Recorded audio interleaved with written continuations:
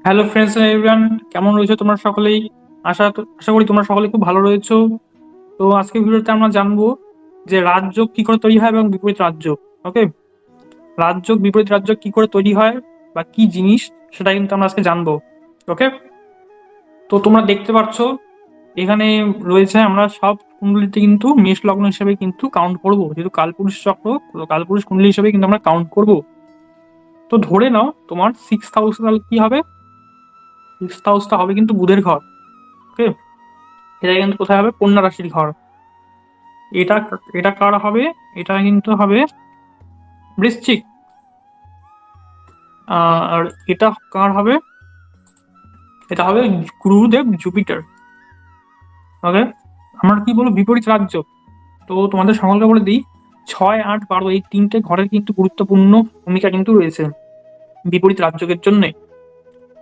Late suppose 6-এর অধিপতি চলে এলো 8-এ, বা 6-এর অধিপতি দেখবো না, দেখো যে 12-এর অধিপতি, 12-এর অধিপতি ধরে নাও চলে এলো 8-এ, 12-এর অধিপতি 12। ওকে, 12-এর অধিপতি ধরে নাও চলে এলো 8-এ। 12 নম্বরে ধরে নাও কাকে ধরা যায়? 12 নম্বরে ধরলাম আমি, বসে রয়েছে, কে ছিল? জুপিটার। জুপিটার কোথায় থাকবে তাহলে? এখানে থাকবে জুপিটার, স্করপিওতে।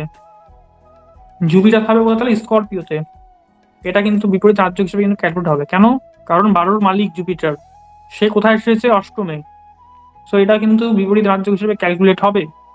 বা এইখানকার মালিককে, কে? মার্কিউরি। মার্কিউরি এসেছে এখানে, ধরে নাও মার্কিউরি বসেছে এখানে, মার্কিউরি বসেছে এখানে, মার্কিউরি। সো এটাও কিন্তু বিপরীত রাজ্য হিসেবে কিন্তু ক্যালকুলেট করা হবে। ওকে, এটাও কিন্তু বিপরীত রাজ্য হিসেবে কিন্তু ক্যালকুলেট করা হবে। বা তোমরা আরেকটা জিনিস দেখতে পারো, এখানকার মালিককে মার্স। ওকে, সো মার্স ধরে নাও এখানকার মালিক হয়ে সে চলে এসেছে এখানে। বা মঙ্গল এখানকার মালিক, এখানেই বসে রয়েছে মার্স, বসে রয়েছে এখানেই বসে রয়েছে মার্স, MARS। এটাও কিন্তু বিপরীত রাজ্য হিসেবে কিন্তু ক্যালকুলেট হবে। ওকে, 3 রকম রাজ্য, বিপরীত রাজ্য তিনটে দেখিয়ে দিলাম। 6-এর মালিক 12-তে গেল কিন্তু রাজ্য হবে। ওকে, 6-এর মালিক যদি 12-তে যায় তাও কিন্তু রাজ্য হিসেবে কিন্তু ক্যালকুলেট হবে। 6-এর মালিক যদি 12-তে যায়, 12-এর মালিক যদি 6-এ আসে, কিংবা 6-এর মালিক যদি 8-এ যায়, 8-এর মালিক যদি 6-এ আসে, কিংবা 8-এর মালিক 12-তে চলে গেল। বুঝতে পেরেছো তো? তো এরকম জিনিস কিন্তু হওয়ার চান্সেস কিন্তু ভালো রয়েছে, আমি কিন্তু বলে দিলাম। সো যাই প্রেডিকশন করবে সবই কিন্তু মিলবে। এটা কিন্তু পুরোটা কিন্তু বিপরীত রাজ্য, পুরোটা কিন্তু বিপরীত রাজ্য। এখান থেকে তোমরা বুঝতে পারো এটা 6-এর মালিক, 6-এর মালিক চলে গেল 12 নম্বর রাশিতে বা 12 নম্বর ঘরে। ঘরই বলে নিচ্ছি যেহেতু আম, মেষ অ্যাসেন্ডেন্ট।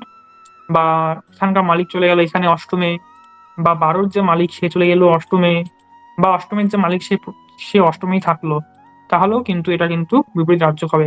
বা 6-এর মালিক 6-এ বসে আছে, বা 12-র মালিক 12-তে বসে আছে। ঠিক আছে, এগুলো কিন্তু সবগুলো কিন্তু বিপরীত রাজ্য হিসেবে কিন্তু কনসিডার করা হবে। বুঝতে পারলাম আমি? ওকে, এগুলো সবই কিন্তু বিপরীত রাজ্য। আর একটা জিনিস বলবো, সেটা হচ্ছে রাজযোগ নিয়ে। কোনটা হচ্ছে রাজযোগ? বিপরীত রাজযোগ নিয়ে বললাম, এবার বলবো রাজযোগ নিয়ে। ধরে নাও, সিম্পল রাজযোগ নিয়ে বলি। ধরে নাও কেন্দ্রের মালিক সে রয়েছে কোণে, বা ভাইস ভার্সা হতে পারে, কেন্দ্রে কোণের মালিক রয়েছে কেন্দ্রে। ওকে, কেন্দ্রের মালিক রয়েছে কোণে বা কোণের মালিক রয়েছে কেন্দ্রে, বলতে পারো। ওকে, ভাইস ভার্সা হতে পারে, আগে কিন্তু বলে দিলাম। তারপরে আরেকটা জিনিস বলতে পারো, পঞ্চমের মালিক রয়েছে নবমে। পঞ্চমের মালিক রয়েছে কি? নবমে। কোণের মালিক রয়েছে কোণে। এটা কিন্তু রাজ্য, বা ভাইস ভার্সাও কিন্তু হতে পারে, আমি কিন্তু বলে দিলাম ভাইস ভার্সাও ধরতে পারবো। এটাও কিন্তু হবে কিন্তু রাজ্য। ভালো কিন্তু যোগ এগুলো। ওকে, এগুলো কিন্তু ভালো যোগ। তারপরে আমি রাজযোগ বলবো না, বাট ভালো যোগ এটাও বলবো আমি।